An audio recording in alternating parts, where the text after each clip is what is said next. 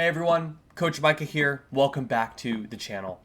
In today's video, I'm going to be giving an all-around discussion on how to improve your speeches or your debates from looking at the ballots to the judge and then to your personal performance.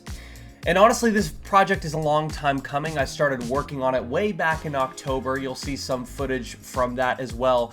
But ultimately, the reason I wanted to put all this in one is because as we begin preparation for next season, a lot of you may be tempted to see your ballots, to take your notes, and of course, just throw them into the trash. They mean nothing. We're going to start over.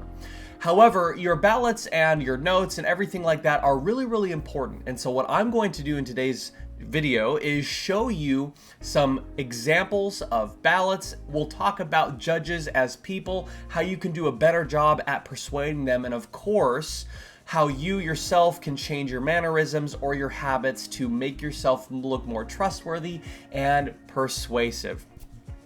Ultimately, this video has two versions. The one that you are watching right now is the YouTube version, which means that it's going to be shortened, much shorter than the full research that I did for this video. If you want access to that, then go ahead and check out my Patreon webpage. I really appreciate it.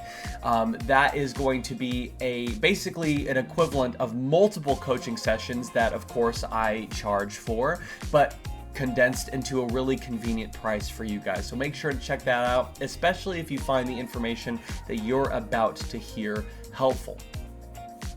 This presentation started with just the idea of deciphering your ballots. And ultimately, it's really important to do that because you won't always be given a reason for decision. So take a look in this picture right here. This is an actual ballot from the national tournament. Of course, I have all of the sensitive like names and all that stuff. All that has been blurred out. If this is your ballot, then just, I guess, be honored that I chose it for your picture here. You'll notice, of course, different numbers circled. I gave a reason for decision, but your reason for decisions are sometimes missing. Sometimes the judges don't really know exactly what to do and won't give you a reason for decision. So what I ultimately want to do in this video is provide a couple examples of how to decipher the ballots, to look at just the speaker points, and of course diagnose exactly what you should do. Now, this is a little treat for y'all here watching on YouTube. This is what the full entire presentation looks like. We go over ballots, we go over solutions, we talk about the different judge profiles, we talk about the different requests, and most of this will not be available to you here on YouTube, but I want to make sure that you know what is available to you if you decide to invest in that. So let's just go ahead and start with the ballots. So let's say that you are the affirmative side of the debate round. You have value argumentation was circled at a 5. Your support and cross-examination 4s. Refutation was good. It was a 5. Delivery and organization were 4s as well. I just want to note here, whenever I work with my students and they're always wondering, man, I really thought I won that round, I always ask to see the ballot because it tells a completely different story. Looks like the negative side has a couple 3s. Their support was not as good. Their organization wasn't as good as well. They had the same delivery, which was 4.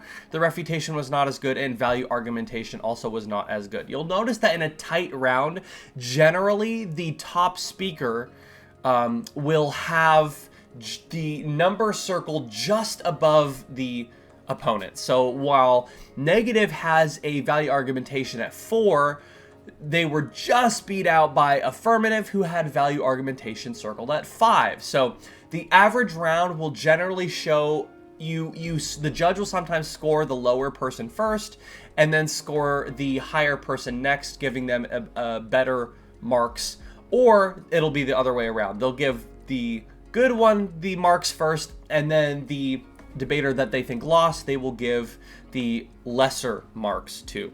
So here's an example of what this ballot ultimately means. So we have the support was the first big thing. So the affirmative one on support.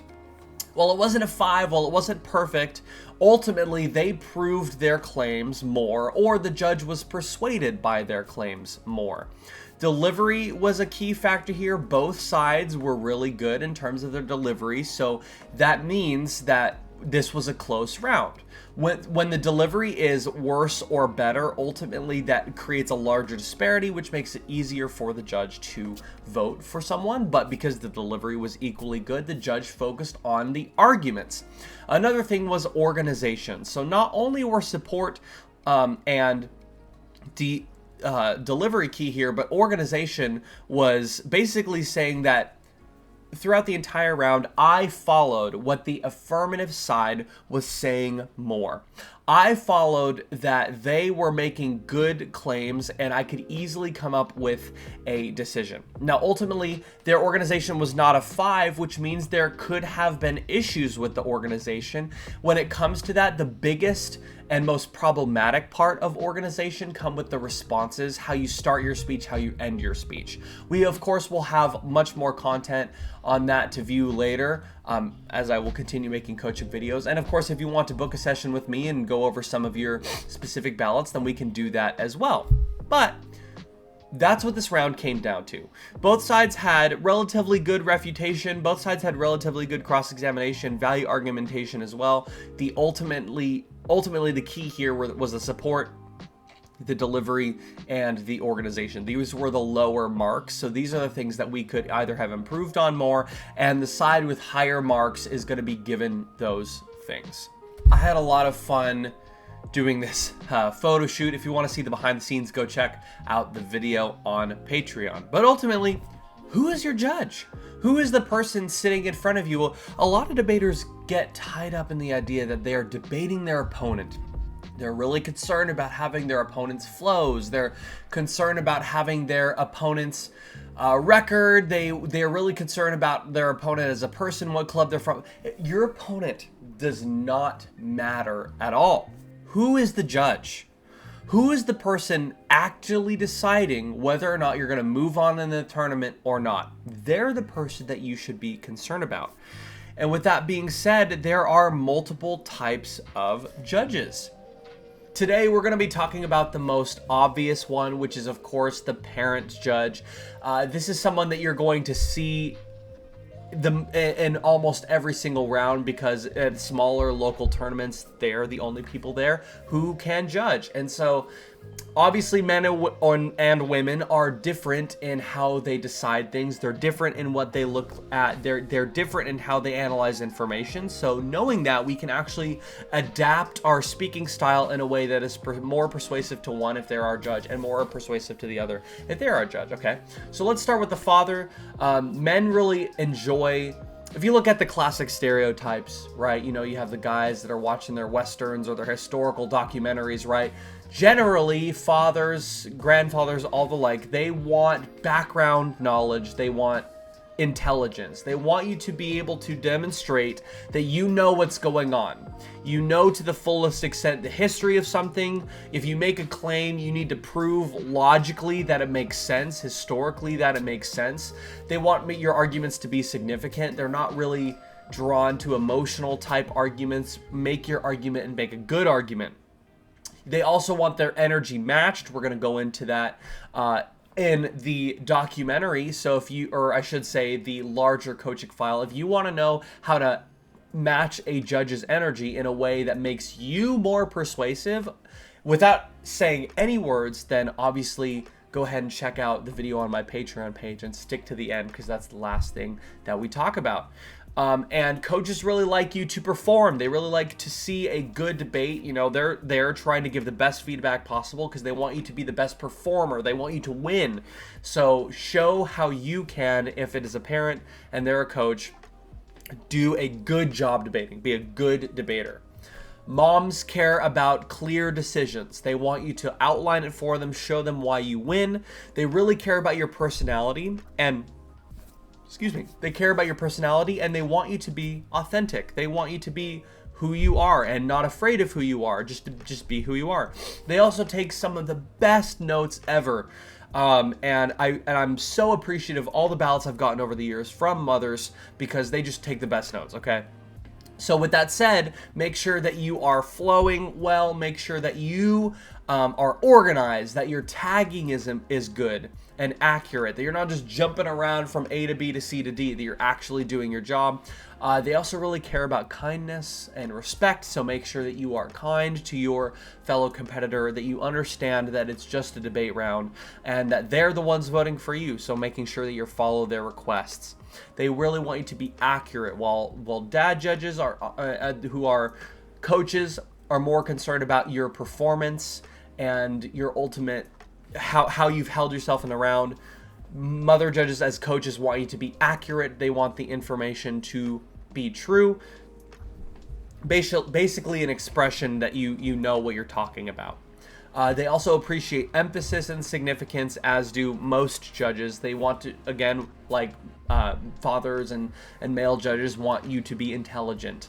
And like I said earlier, they want their requests to be met. They ultimately want to be shown why, when it comes to voting for you, they care about your person. They want to be voting for the likable person. Moms will vote for the people that they like more 99.999% of the time. And a way that you can make yourself more likable is, of course, doing exactly what the judges asked you to do. Once we know who our judge is as a person, making those observations when they first walk in the room, how can we serve them? They're going to give you, if you ask for it, they're going to give you their requests. You're saying, hey, how can I make this round work for you? And they're going to say X, Y, Z. These are the different judge requests that we're going to get into today. These are the ones that I could possibly think of that were different. A lot of them are going to fall under any of these. YouTube viewers, these are really important, and I would recommend checking out my Patreon, as we will only be going into a few here on YouTube. So, organization. When a judge is asking for you to be organized, what they mean is they want to be able to understand how the round is working, what directions everyone is going in. They want to see the end result clearly. Unlike this, where you don't exactly know where you are going. You want to make sure you're giving them the clearest decision ever made. Why is a judge asking you to be organized? Well, unfortunately, debate is complicated, and a lot of the time debaters are confusing. There's a lot of arguments that are convincing, and they want to make sure that they make the right decision. And therefore, they say, what I want is for this round to be organized. They are specifically making a request that you provide them a round that is easy to follow. Here are some things you should not do if your judge asks you for organization. The first thing is group responses. I'm sorry, 90% of you, more than actually, do not execute group responses well. You don't know how to do it. You're not doing it correctly. You're doing it in a way that completely ignores half of the arguments you're technically group responding to. You're doing it in a way that is confusing. Do not group respond. Instead, if you are pressed for time, acknowledge the insignificance of arguments. So, going into contrasting that with the axis approach, which you should go ahead and check out right here on YouTube, and of course Patreon viewers, that video is also here on Patreon. You need to make sure you go top down, and you need to give 10-second refutation. What does that mean? Address every single line of argumentation, but different time depending on how significant something is. Yeah, my opponent said that their application is an example of this, but once again, you could take my response as no impact. This application actually has nothing to do with today's beta round, and therefore has no impact on your decision. Moving on, right? Doing individual responses starting from top down is the best way to stay organized. Another thing that a side could do that would harm this here is only providing voting issues, more so on the affirmatives last speech. Make sure that you give at least 2 or 3 actual responses to a case when you're affirmative, when in the 3-minute speech, before you get into voting issue. Before you get into voting issues, you need to tie up some other loose ends. That's the best way to help with judges who ask for organization. There are, of course, 3 things you should do that will help you be more organized. First is the axis approach. Once again, go ahead and check that out. Time management is really, really important, and this is something a lot of you can get better at regardless. 10-second refutation is king. Refuting arguments with only 10 seconds is a great way to demonstrate that you have control over the round, and a great way for you to be organized because you will have all the time that you need in the world.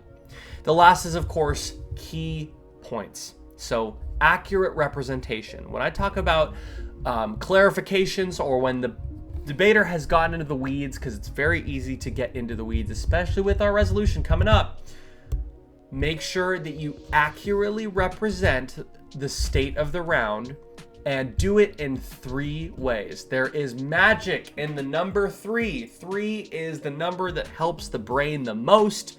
So 3 key points describing, and of course this is going to be done towards the end of the round, when if the water is ever muddied, what is happening in the round. There are 3 key arguments, Judge, that are really important to our debate round, because other than these 3, my opponent and I agree on everything. The first is blank, the argument of blank. The second is blank, and the third is blank. So with these 3 things in mind, let's address those head on and show why I should win your round today. First, you can take my response as blank. Second, my response is blank. Third, my response is blank. With that, let's get into some voting issues. Something like that is a great way to be organized in a round. But what if your judge asks for a good debate? They want you to put on a legendary performance. They want this to be really good. And they ask this because, well, debate can sometimes be really boring. There's no clash, there's no awareness. A lot of debaters are misrepresenting each other, or they just don't know how to debate. They're poor performers. They're not doing a great job. Their delivery is bad. So the judge just really, really wants this debate to be a good one.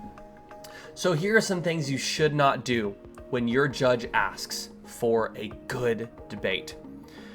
Obviously, don't jump around the flow. You need to be organized. They want to make sure that you are aware of what's going on and that you address each argument with the amount of clash that is best for that round. Of course, you should not get too passionate. You're not out there trying to convince a million people to storm something. You're there as a debater, and passion can oftentimes lead to, outside of a high school debate round, into a speech or something that just does not fit with the vibe of the round. So don't get too passionate. Don't commit any logical fallacies. That's another really important thing. You want to make sure that your arguments are true, that they make sense, that you're not just trying to find the weak way out or the easy way out. So instead, if a judge asks for a good debate, the best thing that you want to do is, of course, 10-second refutation, be able to clearly dismantle argument after argument in a powerful way in a short amount of time. Another one, accurate analogies. There are a lot of analogies out there that are bad. They are bad. They have nothing to do with the round. So make sure that you demonstrate awareness by providing analogies that are accurate. You can also tie everything together with 3 key points, right? The accurate representation towards the end of the round. And what a good debater does is tie everything together. They leave no loose ends. They've brought everything through all the way until their last speech, and they've tied it up with a neat little bow. That's what good debaters do. That's what ultimately makes a good debate. What is not a good debate, though? Thank you guys so much for watching today's video. Remember, if you want the full version, and let me just say this, the full version is over 2 hours long. If you want that full version, and which we go into depth on many different types of judges, many different types of judge requests, and of course the science behind your persuasiveness, then go ahead and check out my Patreon page. The link will be in the description. It costs about $35 per hour to have a coaching session with myself. But this is ultimately 2 hours of a coaching session for less. So I would appreciate that. It's something you can go back to throughout the rest of the years. I guess this information will hold true and continue to hold true for a long time. So I appreciate your support. Thank you so much for helping me out with that. Thank you so much for watching to the end here. I will see you in the next video. Make sure to comment down below and let me know how I can help you out best, the videos I can produce for you that will give you the best help possible. Anyways, thank you so much. I will see you in the next one. Have a great day.